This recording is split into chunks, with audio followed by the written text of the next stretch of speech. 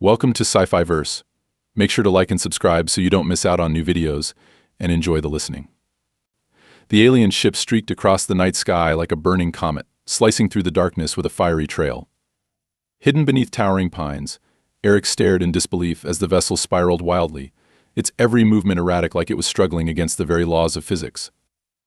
It wasn't just the flames licking at its hull that unnerved him, it was the way the ship seemed almost alive, desperate as it fought a losing battle against gravity. A high-pitched whine filled the air, rising to an ear-splitting crescendo as the ship plummeted. The whine broke with a thunderous boom that shook the ground beneath his feet, a shockwave of sound and light ripping through the trees. The ship disappeared beyond the tree line, leaving only the eerie silence of the woods in its wake. Eric's heart pounded in his chest, adrenaline pumping through his veins. Without thinking, he bolted toward his truck, grabbing his flashlight and medkit from the backseat. He didn't know what had crashed, but deep down he knew it wasn't anything human, or at least nothing from Earth. Curiosity and an inexplicable pull drove him forward, overriding any sense of caution. The dirt road twisted and narrowed as he raced deeper into the woods, branches clawing at his windshield. The headlights flickered, struggling against the rough terrain, and Eric gritted his teeth, urging the truck onward. After what felt like an eternity, he spotted a faint, flickering glow through the trees, the aftermath of the crash. Parking haphazardly, Eric jumped out and sprinted toward the light. The acrid scent of burning metal hit him like a wall, mingling with the earthy smell of pine and soil. Smoke hung thick in the air, curling upward in ghostly tendrils. His boots crunched over scorched debris as he pushed through the haze, his pulse racing with every step. Then he saw a sleek, silver ship, half buried in the earth, its hull split open like a cracked egg. Sparks arced from exposed wires, while the hum of dying machinery filled the clearing with a low, eerie vibration. But what truly caught his attention wasn't the ship, it was the figure lying just a few feet away, bathed in the soft glow of the wreckage. A girl, at least, she looked like one. She had pale, almost luminous skin that shimmered under the moonlight, with silvery hair that fanned out around her head like liquid metal. Her clothes, if they could be called that, shifted colors in a mesmerizing dance, rippling like oil on water. But it was her eyes that captivated him, the most large, almond-shaped, and a deep, glowing violet, faint but unmistakable, as she fought to stay conscious. Eric's instincts screamed at him to help. "Hey, can you hear me?" he called out, rushing to her side. Her head turned slightly, her gaze locking onto his with an intensity that made his breath catch. Her lips moved, but the sounds that escaped were melodic, a language both beautiful and haunting, completely alien. She was hurt badly. A dark, iridescent liquid oozed from a gash on her temple, staining the dirt beneath her. Her breathing was shallow, ragged, and labored. "Stay with me, okay? I'm going to help you." Eric knelt beside her, fumbling with the medkit. His hands shook as he tried to clean the wound, hyper-aware of her delicate skin. He wasn't a doctor, but he'd patched himself up enough times to handle a situation like this. The girl winced, a soft sound escaping her lips, a mixture of pain and fear. Her hand, slender and strangely graceful, reached out and clamped onto his wrist with surprising strength. "Please, no more." Alone, she whispered, the words halting and accented, like she was forcing herself to speak his language. "I'm not leaving you." Eric's voice was firmer than he felt.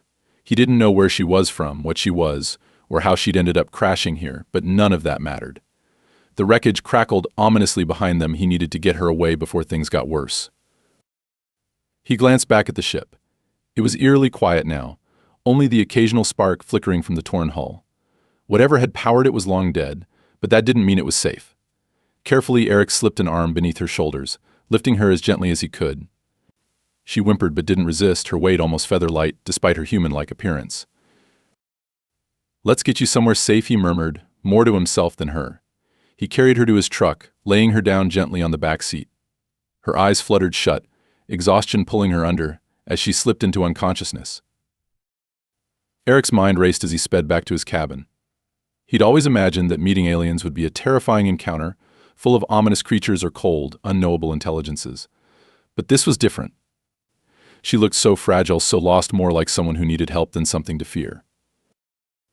And there was something else, a strange sense of connection he couldn't quite explain. It was as if something in her recognized him, a familiarity in the way she'd looked at him, almost like they'd met before. But that was impossible. He shook off the thought as he reached his cabin, tucked deep in the woods and far from prying eyes. The cabin was small but cozy, a one-bedroom place with a rustic living room and a kitchen that was more practical than stylish. Eric carried the girl inside and laid her on the couch, covering her with a blanket. Her breathing had steadied, but she was still pale, her silvery hair draped over the pillow like strands of moonlight. He sat down across from her, running a hand through his unruly hair. What the hell was he going to do? For all he knew, she could be dying right in front of him. And what if more of her kind came looking for her, or worse, if the government found out? The chaos that would unleash was unimaginable. But before he could spiral into panic, she stirred, drawing his attention. Her eyes slowly opened, focusing on him with a mix of confusion and gratitude. For a long moment, they just stared at each other, something unspoken passing between them. "Thank you," she whispered, her voice barely above a breath. It was softer now, like a breeze rustling through leaves, but there was raw, genuine gratitude in it that tugged at something deep inside Eric. "I owe you. My life." Eric shook his head. "You don't owe me anything. Just rest. We'll figure this out once you're better." She blinked, like the concept of rest was foreign to her, but then she nodded, sinking back into the cushions. But before her eyes fully closed, they softened as they lingered on him, a gentle smile tugging at her lips. For just a moment, Eric saw warmth in her gaze, something tender that made his heart skip a beat. He watched her for a while longer before finally standing up and grabbing his phone. He needed supplies, and he knew a guy in town who could get them without asking too many questions. As he dialed the number, he couldn't help but glance back at the girl on his couch. There was an odd warmth in the room, like she was some kind of living light. And as much as the rational part of his mind screamed at him to be cautious, to keep his distance, he couldn't shake the need to protect her. Whatever this was, he was already in too deep to walk away. The first thing Lyra noticed when she woke was warmth, gentle and comforting, unlike anything she was used to. The warmth of her homeworld was clinical, sterile. This felt softer, almost like an embrace. Her senses were still foggy, but she could make out the faint scent of pine and something savory wafting through the air. Her stomach twisted in a new sensation, hunger, something she rarely experienced. Slowly, she pushed herself up, wincing as pain shot through her skull. Her surroundings came into focus: a small, rustic room with wooden walls, a crackling stone fireplace, and furniture that looked handmade. The warm, golden glow from old-fashioned lamps bathed everything in a cozy light. It was all raw and organic, a stark contrast to the sleek, artificial world she'd known. Her gaze fell on the human Eric standing by the stove, stirring something in a pot. He was broad-shouldered, dressed in simple clothes, his movements calm and purposeful. There was a quiet strength about him, the kind that comes from living in solitude. When he turned and saw her awake, his eyes lit up with a mix of relief and concern. "You're awake. How are you feeling?" She opened her mouth, but the words tangled in her mind.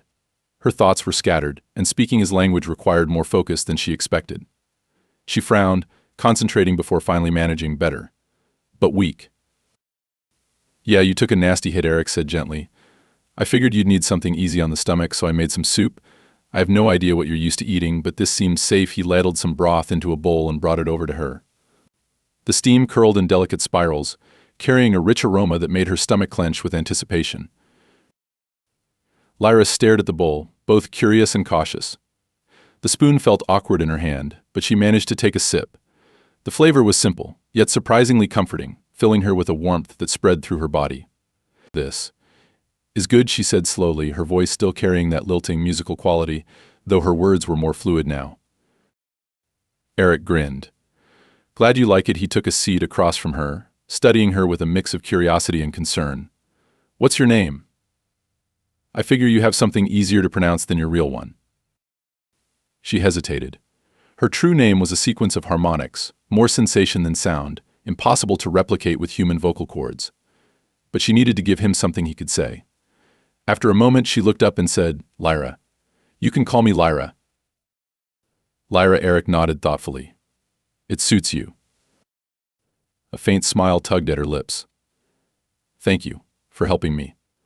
I don't think I would have survived without you." Anyone would have done the same. No, her eyes locked onto his, deep violet pools that seemed to see right through him. Most would fear what they don't understand.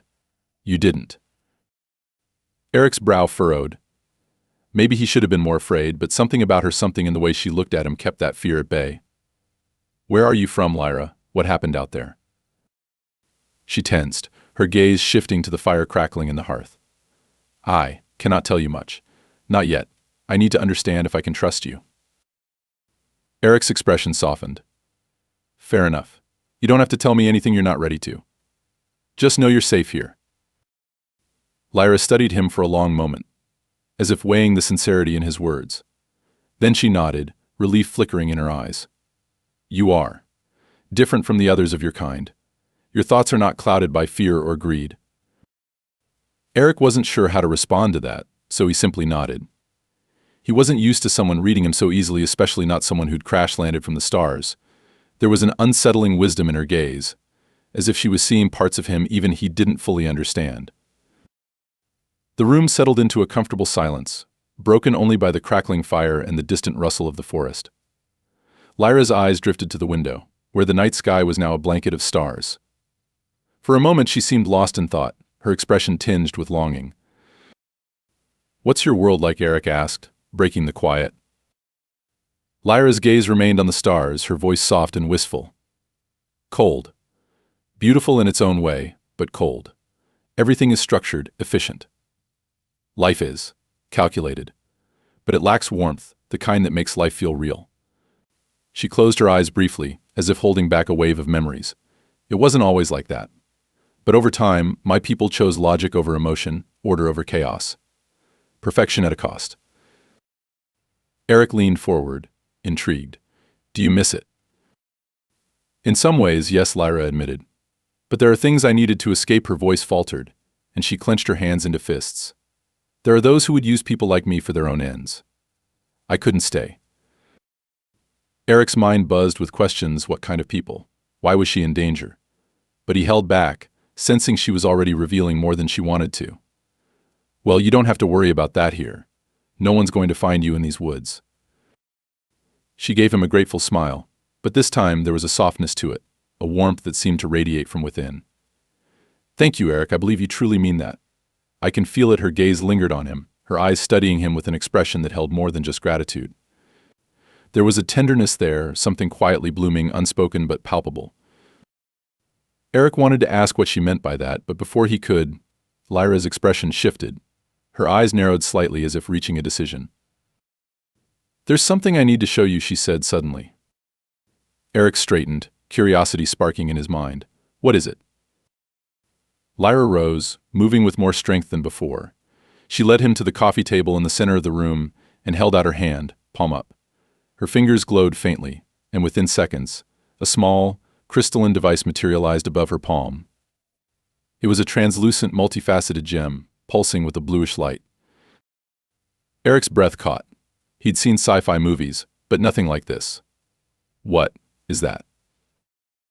This is how I survived the crash, Lyra explained. It's a memory crystal, an interface for storing and processing information, but also much more. It holds everything about me, who I am, where I'm from, and what I'm running from. Eric's mind reeled. You can store memories in that thing? Like, upload your thoughts. Lyra nodded. It's linked to my consciousness. My people use it to communicate, learn, and store knowledge, but it's also how they control us. The weight of her words hung heavy in the air. Control you? How? The crystal connects to a central network, a collective intelligence. It's efficient, but it means there's no privacy. Everything you think or feel is monitored, regulated. Individuality is sacrificed for the sake of order. Eric's eyes widened. So they can read your mind? All the time. Yes, Lyra said bitterly. I was part of a research program trained to be something more. But they weren't making a person, they were creating a tool, a weapon. I couldn't let them take that away from me, so I severed my connection and fled. But even then, I couldn't fully escape. The crystal is still bound to me. I disabled it to hide, but it won't last. Eventually, they'll find a way to track me down. A cold shiver ran down Eric's spine. So, they're looking for you. They are, Lyra said, her voice tight with dread. And if they find me, They won't let me stay free. Eric's protective instincts kicked in. Then we'll make sure they don't find you. There has to be a way to keep you hidden. Lyra shook her head, but there was a flicker of hope in her eyes. There might be. The crystal is still functional, and I need to access it to learn more about how close they are and what I can do to stay hidden. But I can't do it alone. What do you need from me? The crystal needs a stabilizing presence of mind not connected to the network. Someone with a strong mental anchor. You're human, you're not influenced by the collective thoughts that cloud my people. If you connect with it, you could help me access what I need without alerting them. Eric hesitated, his heart racing. Wait, you're saying I'd have to link my mind to this thing? How does that even work? I'll guide you, Lyra said, her voice calm but urgent. It's not dangerous, at least, not physically. But it's a deep connection. You'll see my memories, feel what I felt. It's intimate and could be overwhelming. Eric took a deep breath, trying to process what she was asking. It sounded insane, like diving headfirst into an alien consciousness. But as he looked into Lyra's eyes, he saw the fear behind her determination. She was desperate to reclaim control over her fate, and he couldn't just walk away from that. All right, he said, steeling himself. I'll do it. Lyra's relief was immediate. She stepped closer, still holding the glowing crystal. Thank you, Eric. I promise I'll make this as smooth as possible. She instructed him to sit on the couch, and he did, nerves buzzing. Lyra sat beside him, her presence calming despite the tension. She held the crystal between them, its light casting soft blue shadows on their faces. Close your eyes, she murmured. Focus on your breathing. I'll initiate the connection. When it happens, just let go. Don't fight it. Eric obeyed, taking slow, measured breaths. A tingling sensation filled the air, like static brushing against his skin. Then warmth spread through his chest, gentle at first, but growing stronger, enveloping him. And then his mind was flooded with images, alien landscapes, crystalline cities glowing under twilight skies, spires reaching for the heavens. He felt Lyra's emotions of profound loneliness, a yearning for something real. He felt her terror as she fled from cold, calculating eyes that saw her only as a resource. It was overwhelming, a wave of emotions not his own. But beneath the chaos, something else, a thread linking their thoughts, a connection growing stronger. It's okay, Lyra's voice echoed in his mind. You're doing great. Just stay with me. Eric clung to her words, focusing on the steady rhythm of her thoughts. Gradually, the images settled, coalescing into something clearer. He saw a control panel, sleek and seamless, with symbols he couldn't read. Lyra's hands moved swiftly, accessing hidden data deep within the crystal's core. There, Lyra's voice whispered. We're in. A rush of information flooded Eric's mind, codes, transmissions, warnings flashing by. Lyra filtered it, sifting through the noise. He glimpsed signals scanning for her, alerts tracking a fugitive, encrypted messages from distant ships. They're close, Lyra said, dread creeping in. But I can block their scans, buy us time. I need a few more minutes. Eric felt her anxiety rising and focused on projecting calm. I'm with you, Lyra. Take the time you need. Her gratitude rippled through the connection like warmth, and she redoubled her efforts. The data shifted, numbers rewritten, signals rerouted, defenses constructed in elegant patterns. Then, as quickly as it began, it ended. The connection snapped, and Eric found himself on the couch, blinking in disorientation. Lyra withdrew the crystal, her breath shaky. It's done, she said, relief washing over her. I masked my signal. They can't track me for now. Eric let out a breath. That was intense. I could feel everything, your memories, your emotions. It was like living it with you. Lyra nodded, her eyes softening with gratitude. I know it wasn't easy, but you handled it better than I expected. Eric chuckled, nerves still buzzing. Guess I'm full of surprises.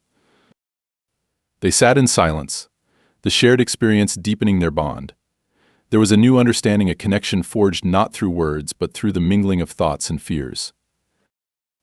Lyra looked at him, violet eyes shimmering with emotions, gratitude, admiration, something almost tender. I don't know what I would have done without you. Warmth spread through Eric's chest at her words. He gently took her hand, giving it a squeeze. "You're not alone anymore, Lyra. We'll figure this out together." She squeezed back, a small smile forming. For the first time since she'd crash-landed, she looked genuinely at ease, like a weight had lifted. But even as they shared that moment, they both knew the real test was ahead. The hunters were out there, and now they were both part of something much bigger. They didn't know what dangers lay ahead, but one thing was clear. They were in this together, no turning back now. The sun dipped low, casting long shadows that crawled across the forest floor as Eric swung the axe one last time, splitting the log cleanly in half. The rhythmic chopping helped burn off the tension that clung to him since the mind link with Lyra. Her memories, emotions, and fears still echoed in his thoughts, like whispers that wouldn't quite fade. But despite the strangeness of it all, he felt a clarity and purpose he hadn't known in a long time. Inside the cabin, Lyra sat cross-legged on the floor, her attention fixed on the radio Eric had set up. Her fingers moved delicately over the dials, trying to pick up signals that might indicate if anyone was closing in on them. She was focused sharper than before, but every now and then, her gaze would drift to the window, watching Eric with an expression that was almost tender. Eric noticed those glances, and each time he felt a warmth spread through his chest.